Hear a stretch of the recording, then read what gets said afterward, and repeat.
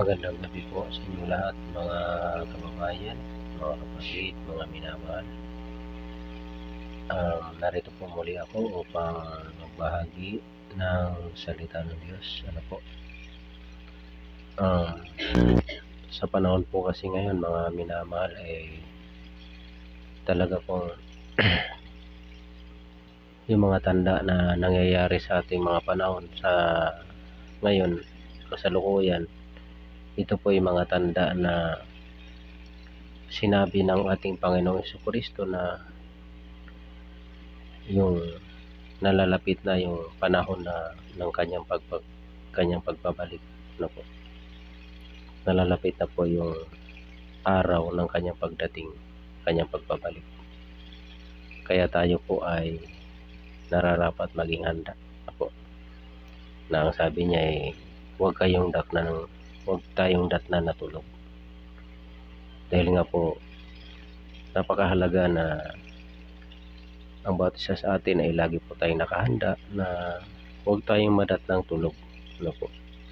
Tayo ay laging handa sa ating buhay, na lalo na sa pagdating ng ating Panginoong Jesucristo, sapagkat ito po ang kailangan ng ating buhay. Sa ngayon po talaga pong nagaganap ang mga sinabi ng ating Panginoong Jesucristo na walang nakakaalam sa araw ng kanyang pagparito. Kaya nga po tayo ay patuloy na pinapaalalahanan na tayo ay maging handa. Tayo dapat maging handa na po. Huwag tayong madatnang natutulog.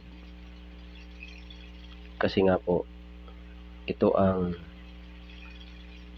ating dapat na gawin, na laging handa sa pagdating natin Panginoon Jesucristo. Marami po kasing pagkakataon na binibigay ang Diyos sa maraming tao, na kagaya nga ng dumarating ang mga sakuna, lindol. Ito po kasi ipinahayag ng ating Panginoon Jesucristo na talagang mangyayari po ito. Mangyayari po talaga yun, mga minamahal, na darating po ang araw ng ating Panginoong Jesucristo na talagang yung kanyang pagbabalik ay hindi nalalaman ng tao o walang nakakaalam. Kaya ito po ang ating kailangan, na sa buhay sa araw-araw tayo ay patuloy na maghanda sa pagdating ng ating Panginoong Jesucristo.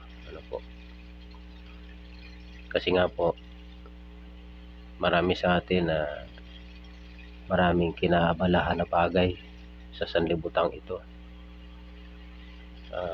Ngunit walang pakialam sa salita ng Diyos. Tayo po ay nangangailangan ng habag ng Diyos sa araw-araw. At ang Diyos po ay mabuti.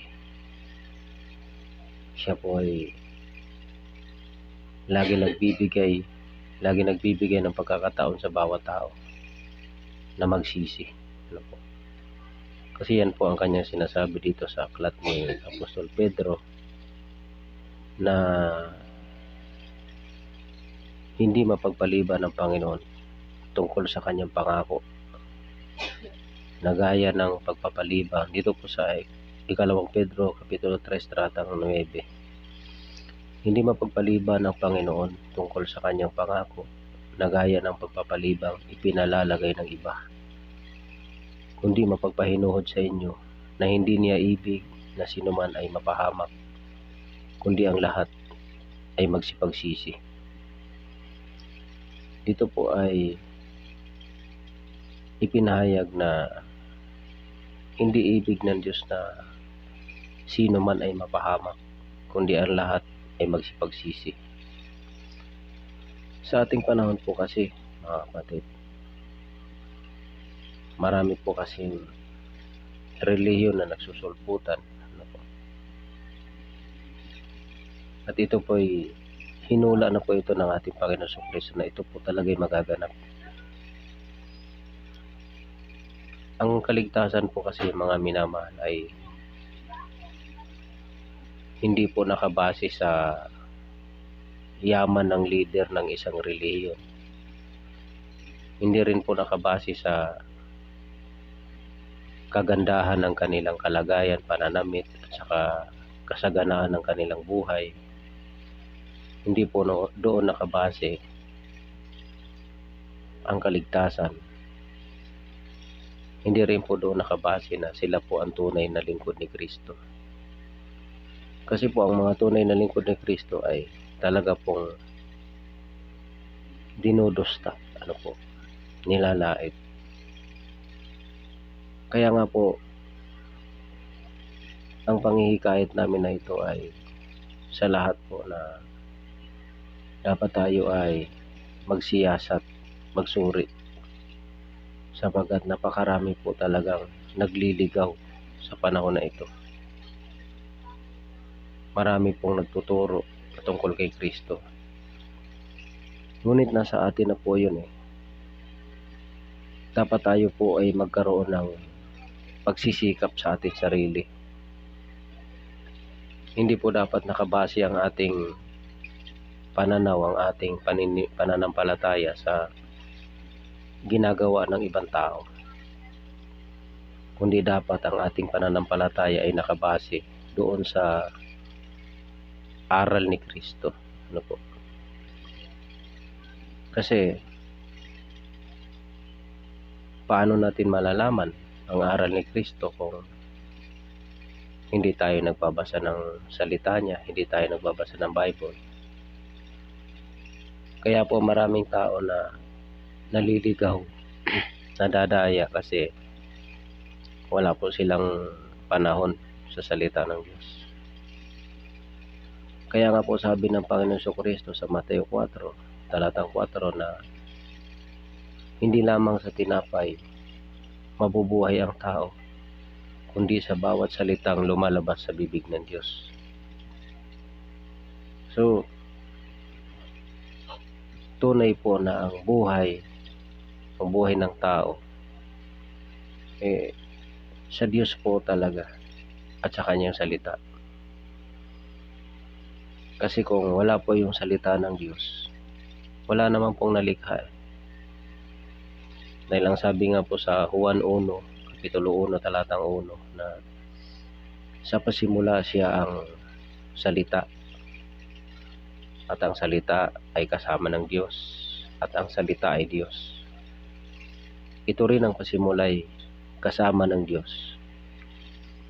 Ang lahat ng mga bagay ay nilikha sa pamamagitan niya. Kung wala siya, ay walang anumang nalikha o nagawa. Kaya ang lahat ng mga bagay, lahat ng buhay, lahat ng bagay dito sa mundo ay sa pamamagitan po ng salita ng Diyos. At hanggang ngayon po, siya po na salita ng Diyos ay sinugo ng Ama upang magkatawang tao at tubusin tayo sa ating mga kasalanan. Wala pong ibang makapagliligtas sa atin kundi siya lang na sinugo ng Diyos, ng Ama. Kaya nga po, ang sabi na hindi mapagpaliban ng Panginoon tungkol sa kanyang pangako na gaya ng pagpapalibang ipinalalagay ng iba, kundi mapagpahinuhod sa inyo na hindi niya ibig na sino man ay mapahamak, kundi ang lahat ay magsipagsisi. Kung titingnan po kasi natin, mga kapatid, mga minamahal, yung pagdating ng ating Panginoong Hesukristo ay katulad din po daw ng panahon ni Noe, na kung paano 8 kaluluwa lamang po ang naligtas. Kaya dito tayo magsikap na makasama tayo doon sa mga naligtas. Kasi po, sa panahon ni Noe ay sinabi na nga po na talagang konti lang po ang naligtas at 8 kaluluwa lamang. Kaya wala tayong anumang maipagmamalaki na kagaya ng ibang mga nagsasabi na ligtas daw sila lang daw ang tinubos ni Kristo. Kasi nga po, ang pangalan ng kanilang iglesia ay Iglesia daw ni Kristo. Hindi po ang basihan ay ganun. Dahil pwede naman lahat naman marami pong nagki-claim, marami pong umaangkin na sila yung totoo. Kasi yung isa iglesia ng Diyos, yung isa iglesia ni Kristo, yung isa Romano. Lahat sila nag-aangkin. Mayroon namang born again, may baptist, lahat po yan nag-aangkin na sila iligtas. Ngunit kung babasahin natin ang Biblia, hindi po talaga lahat ng nag-aangkin na sila iligtas. Kasi sabi ng Panginoon Kristo sa 7:21 ng Mateo, hindi ang bawat nagsasabi sa akin, Panginoon, Panginoon, ay papasok sa kaharian ng langit, kundi yaon lamang gumaganap ng kalooban ng aking Ama na nasa langit. So hindi po lahat ng nagsasabi na si Kristo ay Panginoon, hindi lahat na nagsasabi na siya ay alagad ni Kristo, hindi po lahat na nagsasabi na siya ay ligtas kasi ang kanilang iglesia ay pangalan ni Kristo ang ginagamit. Hindi po yun ang basihan na ikaw ay ligtas. Kasi nga po, ito ang dapat nating maintindihan, na ang maliligtas po ay kukunti. Kasi nga po sa Mateo 7:13 hanggang 14 na kayo'y magsipasok sa makipot na pintuan, sapagkat malawak ang daan at malawak ang pintuan tungo sa pagkapahamak. Ngunit makitid ang daan tungo sa buhay at kakaunti ang nangakakasumpong yaon. Pagkatatandaan natin sa panahon ni Noe ay ipinahayag na 8 kaluluwa lamang po ang naligtas. Bakit po? Dahil sa panahon din po ni Noe ay nangaral ng katuwiran si Noe na lingkod ng Panginoon. Siya po ay nagpahayag ng katuwiran ng Diyos habang ginagawa yung daong na siyang kanilang lululanan sa panahon ng pagdating ng baha. Kaya, kasi tingnan nyo po, dito po sa unang Pedro, Kapitulo 3, talatang 18, sapagkat si Kristo man ay nagbata ring minsan dahil sa mga kasalanan, ang matuwid dahil sa mga di matuwid, upang tayo madala niya sa Diyos. Siyang pinatay sa laman, ngunit binuhay sa Espiritu. Na yan din ang kanyang niyaon at nangaral sa mga espiritong nasa bilangguan, na ng unang panahon ay mga suwail, na ang pagpapahinuhod ng Diyos ay nanatili noong mga araw ni Noe. Samantalang inihahanda ang daong na sa loob nito ay kakaunti sa makatuwid ay 8 kaluluwa ang nangaligtas. sa pamamagitan ng tubig. Ito po ang pagpapatunay, mga kababayan, mga minamahal, na noong panahon ni Noe ay minangangaral din po ng katuwiran. Yung espiritong yon ay nangaral na nagpapahinuhod sa panahon ni Noe. So, hindi po talaga nagkukulang ang Diyos. Dahil kahit sa panahon ni Noe ay nangaral ang Diyos. Nang wikay, iyan din ang kanyang ginawa habang inihahanda ang daong sa panahon ni Noe. Ay ipinangangaral ang katuwiran. Sapagkat si Noe ay isang taong matuwid, na ang sabi na ng unang panahon ay mga Swail, na ang pagpapahinuhod ng Diyos ay nanatili noong mga araw ni Noe. So sa kapanahonan ni Noe po, may pagpapahinuhod din po ang Diyos, na bago niya ginunaw ang sanlibutan, sa panahon ni Noe ay ang mga tao ay pinangaralan din po. Ngunit tingnan ninyo, 8 kaluluwa lamang po ang naligtas. Kaya dito natin makikita, ayon sa salita ng Diyos, na kailangan talaga tayo ay sa makipot na pintuan, sa makitid na daan tayo pumasok. Hindi po sa mga nagsasabing, umanib kayo dito sa iglesia ko, no, maliligtas kayo. Samantalang ang kanilang aral ay kasinungalingan. Puro pansariling pakinabang ang inahangad. So wala pong kaligtasan sa ganyan, mga kapatid. Dahil ang tunay na kaligtasan ay yung pamumuhay ayon sa katuwiran ni Kristo. Ang aral ni Kristo po ay nagtuturo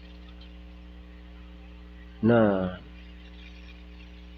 upang tayo ay mapatunayan na tayo'y tunay alagad ni Kristo ay manatili tayo sa kanyang salita. Manatili tayo sa kanyang salita. Na ang sabi niya sa 15 ng Juan 1 hanggang 6, na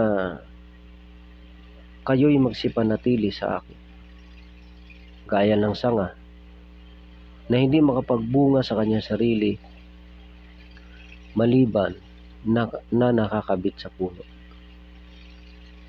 Gayon din naman, kung kayo hiwalay sa akin, wala kayong magagawa. So dito, mga kapatid, ang aral ng Panginoon Jesucristo ay hindi ganon, nakagaya ng aral ng iba na just believe alone. Di mo na kailangan gumawa ng mabuti. Paano mong mapapatunayan na ligtas ka? Nang iyong pangangaral ay hindi mo na kailangan gumawa ng mabuti, kailangan mo lang sumampalataya kay Kristo.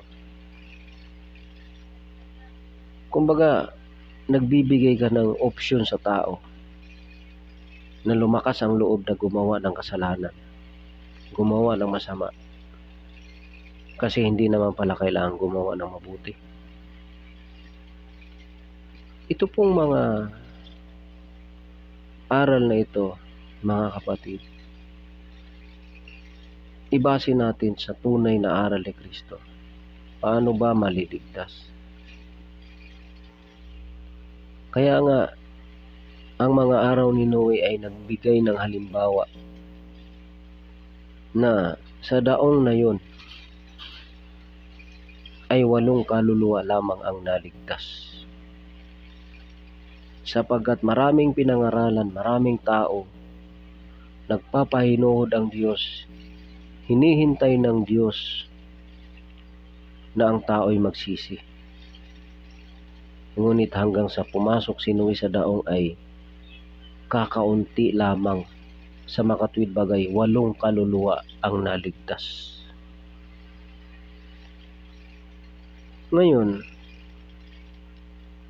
ang sabi ng ating Panginoong Hesukristo ay pinatotohanan din po yan, na ang pagdating ng kanyang kaarawan o ng pagdating ng kanyang pagparito ng kanyang pagbabalik ay tulad din po ng mga panahon ni Noe. So kung ang pagbabalik ni Kristo ay katulad din po ng panahon ni Noe, ito po ang magpapatunay na hindi lahat ng nagsasabing siya ay Panginoon niya si Jesus Christ. Hindi lahat ng nagsasabi na sila ay ligtas, sila lamang ang maliligtas, ay ligtas nga sila. Dahil ang tunay na maliligtas ay yung datnan ng Panginoon Kristo nang isinasabuhay ay ang tunay na aral ni Kristo. Hindi po maliligtas yung mga tao na ginagamit ang Ebanghelyo ni Kristo para makinabang ng salapi, magpayaman ng magpayaman. Hindi po maliligtas yung mga yan. Bakit po? Hindi po katanggap-tanggap kay Kristo yan, na ginagamit ang kanyang salita para sa pansariling pakinabang. Marami niya nag-aral sa Bible School kasi pagdating ng panahon, pag nag-graduate na siya sa Bible School, ay magagamit niya na yung kanyang pinag-aralan to church planting, for church planting. Magsisimula siya dun sa church planting, sabi nila, hanggang sa lumago yung kanyang sinimulan, at hanggang sa lumago at yumaman siya ng yumaman. Hindi po yan ang tunay na kaligtasan. Dahil ang sinabi ng ating Panginoon Kristo, ang tunay na kaligtasan ay ganito, sa Mateo 24:37. At kung paanong ang mga araw ni Noe, gayon din naman ang pagparito ng Anak ng Tao. Sapagkat gaya rin ng mga araw bago magkagunaw, sila'y nagsisikain at nagsisiinom at nangag-aasawa at pinapapag-asawa hanggang sa araw na pumasok si Noe sa daong. At hindi nila nalalaman hanggang sa dumating ang paggunaw at sila'y tinangay na lahat, ay gayon din naman ang pagparito ng Anak ng Tao. Ngayon mga minamahal, ito po ang ating pagsisikapan na para sa akin, kahit ako na ang pinaka-kababa-babaan sa lahat, makasama lang ako sa kaligtasan na inilaan ng ating Panginoon Kristo para sa Kanya, sa Kanyang mga alagad. Huwag po tayong magsasabi na tayo ligtas na kung ang ating mismong pamumuhay ay hindi nababago. Kagaya nga po nitong relihiyon na naghihikayat na pag umanib kayo sa kanila, maliligtas kayo. Hindi po totoo yun. Kasi po, ang pagliligtas ay hindi po sa samahan, kundi ang pagliligtas po sa bawat gawa ng tao. Kung masama ang iyong gawa, gagantimpalaan ka ayon sa iyong gawa. Basahin po natin, mga minamahal, dito po sa 2 Korinto 5, talatang 10. Sabi rito, 5:10, ano po? Sabi rito, sapagkat tayong lahat ay kinakailangang mahayag sa harapan ng hukuman ni Kristo upang tumanggap ang bawat isa ng mga bagay na ginawa niya sa pamamagitan ng katawan ayon sa ginawa niya maging mabuti o masama. Hindi po sa sekte, mga kababayan. Hindi po sa samahang panrelihiyon ang kaligtasan. Kundi ang tunay pong kaligtasan ay sa gawa ng bawat tao. Malalaman mong ligtas ka kung ang ginagawa mo ay matuwid. Kaya kahit man ikaw, nang sa pasimula ng iyong pagtanggap kay Kristo ay matuwid ang iyong ginagawa, ngunit sa kahuli-hulihang bahagi ng hininga ng iyong buhay, hindi ka nagiging matuwid. Bibigyan ka ayon sa iyong gawa. Hindi po totoo na pag umanib ka sa iglesia kuno nila ay maliligtas ka. Hindi po totoo yun. At hindi rin po totoo ang aral na have faith alone. Wala nang paggawa ng mabuti. Hindi po totoo yun. Kasi nga po, ibabase ang iyong buhay, ang iyong gantimpala doon sa iyong gawa. Ano man ang gawa ng tao, gagantihan po ng Diyos yun. So kung gumawa ka ng masama, huwag kang umasa na tatanggap ka ng mabuti. Dahil ang ibibigay ng Diyos na gantimpala sa bawat tao ayon sa kanyang gawa. Hindi po sa pag-anib sa iglesia na sinasabi ng marami. Hindi rin po sa pananampalataya lamang. Dahil kung ikaw ay sumasampalataya kay Kristo, ay hindi ka mananampalataya na walang gawa. Dahil ang pananampalataya ay kalakip na gumagawa ng iyong pananampalataya. Kailangan kung ikaw ay sumasampalataya kay Kristo ay lumalakip sa iyong buhay yung gawa ayon sa katuwiran ni Kristo. Basahin po natin sa Efeso, Kapitulo 2. Sabi rito, talatang 8, sapagkat sa biyaya kayo'y nangaligtas sa pamamagitan ng pananampalataya, at ito'y hindi sa inyong sarili, ito'y kaloob ng Diyos. Yan. Hindi po talaga sa ating sarili yan. Kaloob ng Diyos yan. Ngayon, ano ba ang requirements ng tao upang tanggapin siya ng Diyos? Sapat na ba yung ikaw ay sumampalataya lang? Sapat na ba yun? Si Cain, isang halimbawa. Ang sabi ng Panginoon kay Cain, bakit nagmumukmuk ka? Sabi ng Diyos. Kung ikaw ay gumawa ng mabuti, hindi ba kita mamarapatin?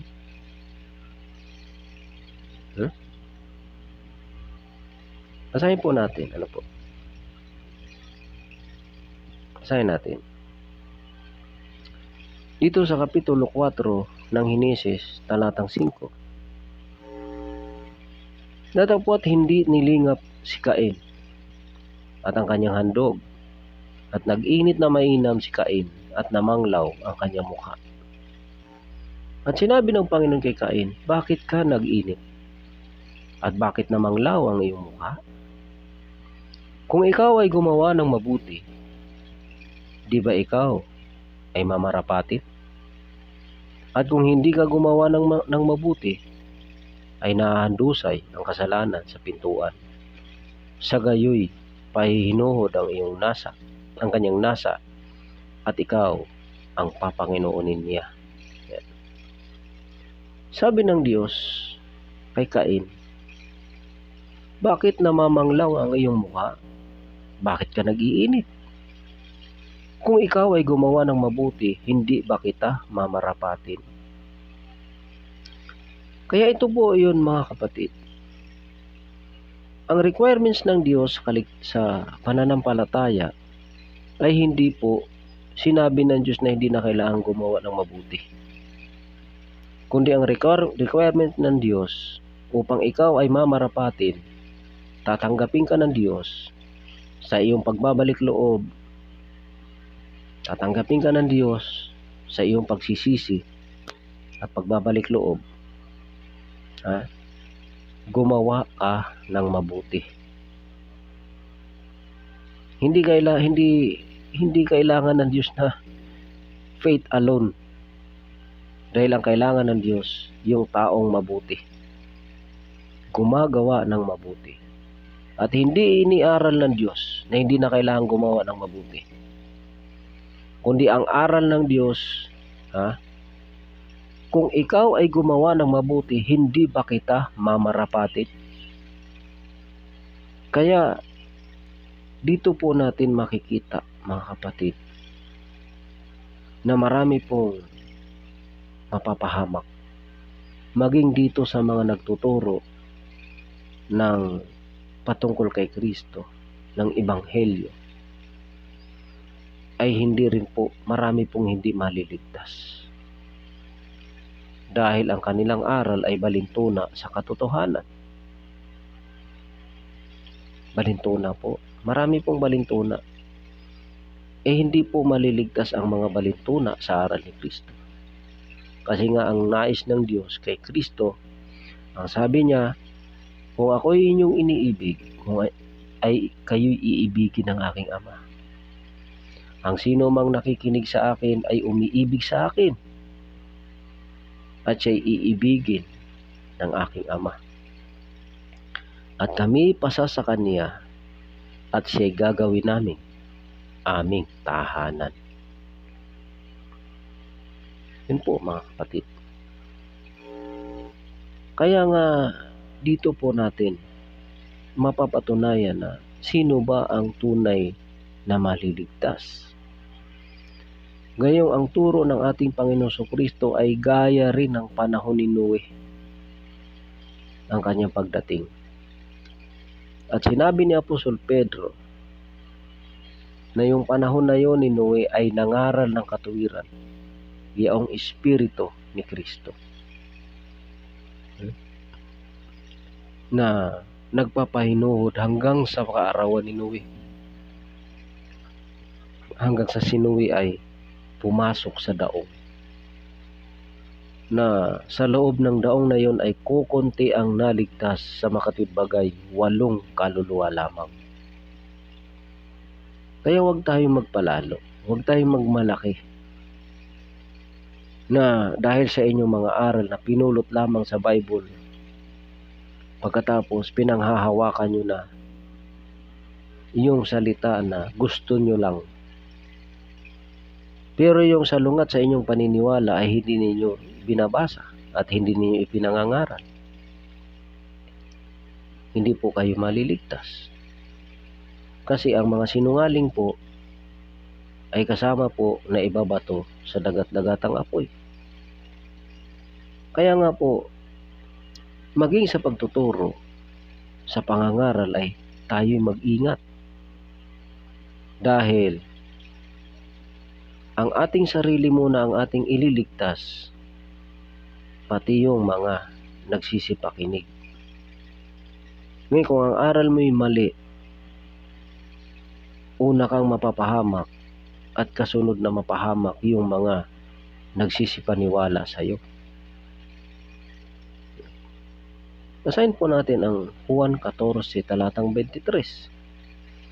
Sumagot si Jesus at sinabi sa kanya, kung ang sino man ay umiibig sa akin, ay kanyang tutuparin ang aking salita, at siya iibigin ng aking Ama, at kami pasa sa kanya, at siya'y gagawin naming aming tahanan. Nakita niyo po ba? Yung sino mang tao na umiibig kay Kristo ay tumutupad sa kanyang salita. Si Kristo, wala pong aral na hindi mo na kailangang gumawa ng mabuti. Sumampalataya ka lang. Hindi po ipapangaral ni Kristo yan. Kasi ang ipangangaral ni Kristo ay katuwiran. Katuwiran. Basahin po natin. Dito po sa Mateo 3, talatang 15. Ngunit pagsagot ni Jesus ay sinabi sa kanya, payagan mo ngayon, sapagkat ganyan ang nararapat sa atin, ang pagganap ng buong katuwiran. Nang magkagayoy, pinayagan niya siya. Yan. Maging man ang pangangaral ni Kristo ay katuwiran, hindi kalikuan. Ngayon kung nangangaral ka na, ang sabi mo hindi na kailangan gumawa ng mabuti, manampalataya ka lang, hindi po katuwiran ni Kristo yan. Kasi ang katuwiran ni Kristo ay gawin ang buong katuwiran. Buong katuwiran. Wala po sinabing kalahating katuwiran lang ang gagawin, kundi buo. Matuwid. Matuwid. Dapat gawin ang matuwid. Yan po ang aral ni Kristo. Wala po siyang iniaral na gumawa ka ng masama, basta manampalataya ka lang sa akin. Dahil yung aral na yan ay nagtuturo po yan sa mga tao na wala nang pagpapahalaga sa salita ng Diyos, kundi ang itinuturo lamang ay basta naniwala ka na may Jesus Christ. Naniniwala ka lang, sumasampalataya ka lang, pero hindi ka naman gumagawa. Walang kabuluhan. Walang kabuluhan po yun. Kasi ang demonyo man ay nagsisisampalataya din. Nanginginig pa nga eh. So naniniwala din silang may Jesus Christ, may pananampalataya, pero ang mga demonyo hindi maliligtas. Bakit? Wala na silang kapatawaran eh. Dahil hindi sila gagawa ng mabuti. Ngayon, kung ang pananampalataya na tinuturo sa inyo ay hindi na kailangan paggawa ng mabuti, pananampalataya po ni Satanas yun. Kasi yun po ang gawain ng demonyo, hindi na kailangan gumawa ng mabuti. So, anong gagawin natin, mga kapatid? Ang gagawin natin ay tayo'y lubos na manampalataya. Basahin natin ang Efeso. Ituloy po natin doon sa simula doon sa 8, sapagkat sa biyaya kayo'y nangaligtas sa pamamagitan ng pananampalataya, at ito'y hindi sa inyong sarili, ito'y kaloob ng Diyos. Ano po yung kaloob ng Diyos na naligtas ka? Sa pamamagitan ng pananampalataya. May nakalagay ba na hindi na kailangan gumawa ng mabuti? Wala po. Ang nakalagay po kasi dito, hindi sa inyong sarili. Hindi mo sariling gawa ang kaligtasan, kundi gawa ni Kristo. Siya ang namatay, hindi ikaw. Siya ang pinako sa krus, hindi rin ikaw. Siya yung nasugatan, hindi rin ikaw. Siya pinako sa krus, hindi rin ikaw yun. Napako sa krus si Kristo upang tayo ay maligtas. Anong gagawin natin? Sumampalataya lang.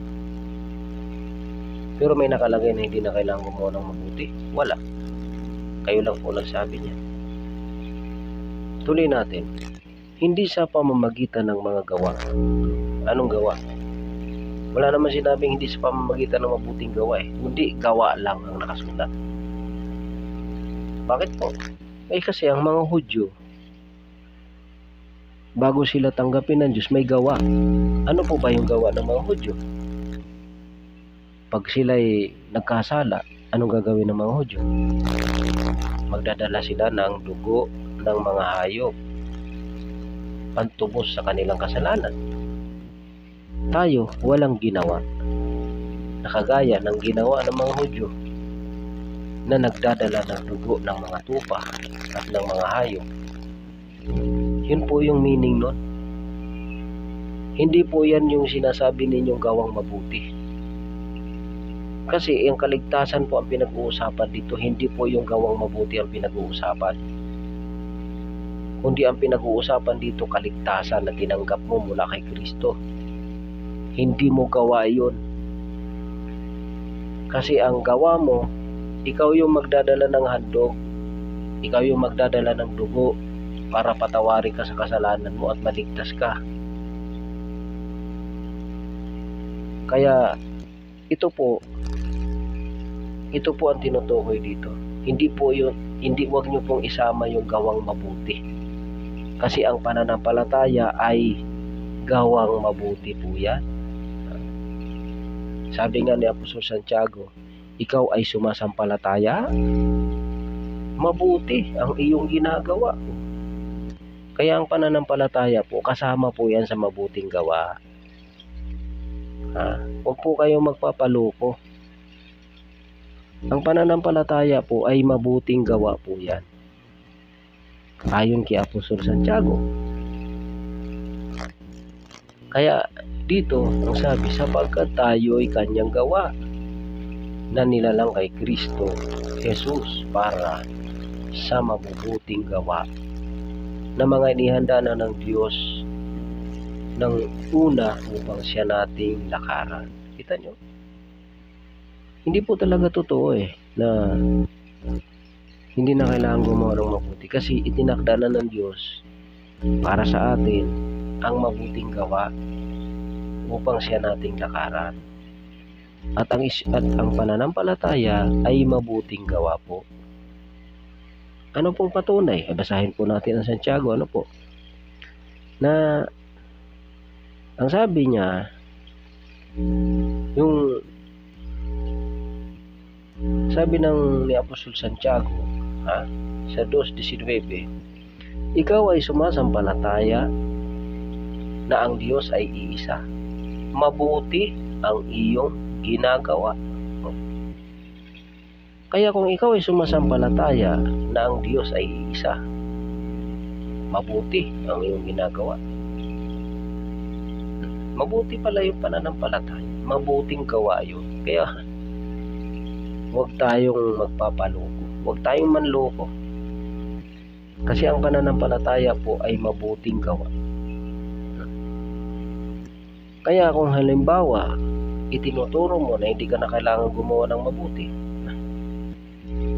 mali po yun, mga kapatid. Kasi ang pananampalataya, mabuting gawa yan. Kaya ang tinutukoy na gawa doon sa Efeso 2:8 hanggang 9, ang tinutukoy po na gawa doon na hindi ikaw ang gumawa upang maligtas, yung dugo po. Hindi ikaw ang gumawa noon. At hindi rin ikaw ang pinako sa krus. Hindi rin ikaw ang pinatay upang maligtas ka. At hindi rin po ikaw ang nagdala ng tupa. Hindi rin po ikaw ang nagdala ng mga dugo ng hayop para maligtas ka. Hindi po ikaw ang gumawa ng kaligtasan mo, kundi si Kristo. Kaya, ang tinutukoy po doon na gawa, yung pagkaligtas mo, hindi ikaw ang gumawa nun. Pero yung pananampalataya, ikaw ang gagawa nun. Gawin mo yun. Dahil yun ay mabuting gawa. Kaya tayo po sa ating lahat, mag-iingat po tayo sa maraming mga nagtuturo na pinaglililigaw ang maraming tao. Kaya nga itong mabuting gawa na ito, si Cain ng isang halimbawa. Dahil siya'y namanglaw, nag-init, nagalit. Nagalit siya dahil hindi tinanggap ang kanyang handog. Ngunit, sabi ng Diyos sa kanya, bakit ka nag-iinit? At bakit namamanglaw ang iyong mukha? Kung ikaw ay gumawa ng mabuti, hindi ba kita mamarapatin? Kaya ang aral po, mula pa sa lumang tipan, Ang aral ng Diyos ay gumawa ka ng mabuti. Yun po ang aral eh. At yun din po ang itinuro ng Diyos kay Cain. Ang sabi ng Diyos kay Cain, kung ikaw ay gumawa ng mabuti, hindi ba kita mamarapatin? Kaya kung sino man yang nangangaral na nagsasabi na hindi na kailangan gumawa ng mabuti, just faith alone, magsisi po kayo. Hindi po kaligtasan ang dala niyan. Ang dulot po niyan ay kapahamakan at kaparusahan. Kaya sa atin pong lahat na nagsisikap na matamo ang kaligtasan, sa katotohanan po tayo, sa salita ng Diyos, manatili po tayo doon. Sa aral ni Kristo, doon po tayo manatili. Dahil yun po ang tunay na kaligtasan. Kaya po mga minamahal, ang muli ko pong panghihikayat sa bawat tao, hindi po panghihikayat para ako'y kumita ng pera, magkaroon ng maraming miyembro, maraming tagasunod para kumita ng magkamal ng maraming salapi. Hindi po yun ang panghihikayat ko. Ang panghihikayat ko po ay manatili tayo sa salita ng Diyos. Tayo po ay magbulay-bulay ng salita ng Diyos. Awit 1:1 hanggang 3. Apokalipsis 1:1-3. Na mapalad ang bumabasa at ang mga nangakikinig ng salita ng hula at tumutupad ng mga bagay na nangasusulat doon, sapagat ang panahoy malapit na. Doon po tayo magkakaroon ng kaalaman sa salita ng Diyos, na hindi tayo kayang linlangin ng sinuman na mga bulaang mangangaral.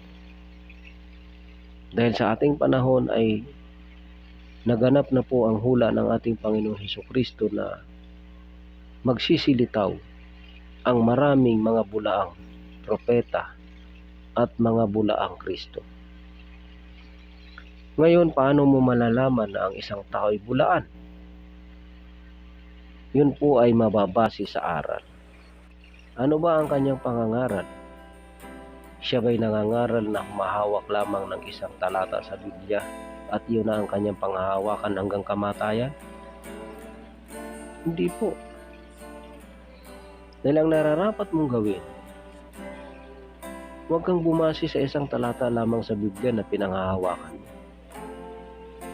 Pag nabasa, magbatian kayo ng banal na halik. Binabati kayo ng lahat ng mga iglesia ni Kristo. Ayan po mga kababayan, mga minamahal, mga kapatid. Umanib kayo sa iglesia. Maliligtas kayo.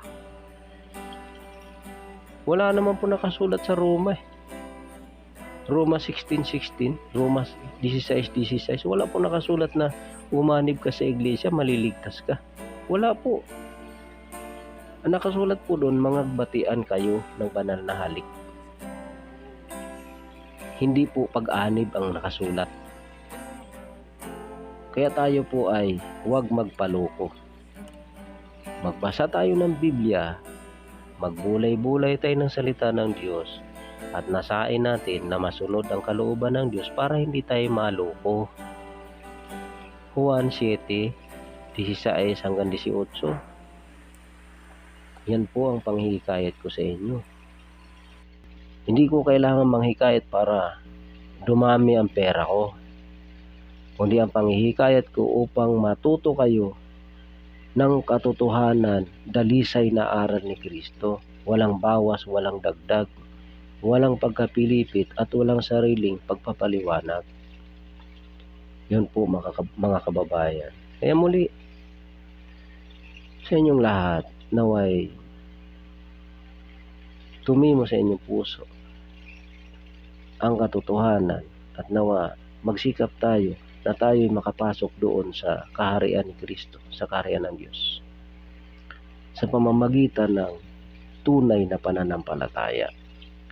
Sabagat alalahanin natin, kukunti lamang po ang maliligtas. Sa panahon ni Noe ay 8 kaluluwa lamang po ang naligtas. Bagamat lahat ay pinangaralan. Lahat pinangaralan ng katwiran sa panahon ni Noe. Nagpapahinuod ang Diyos sa panahon ni Noe. Ngunit may tumalima ba? 8 kaluluwa lang ang naligtas. Yan po ang magiging halimbawa sa ating lahat. Kung gaano lang karami ang maliligtas, sino lang ang maliligtas? Yan po mga kababayan. Kaya muli sa inyong lahat, naway patuloy kayong ingatan ng Diyos at pagpalain ng inyong buhay. Ilayo kayo sa lahat ng masama.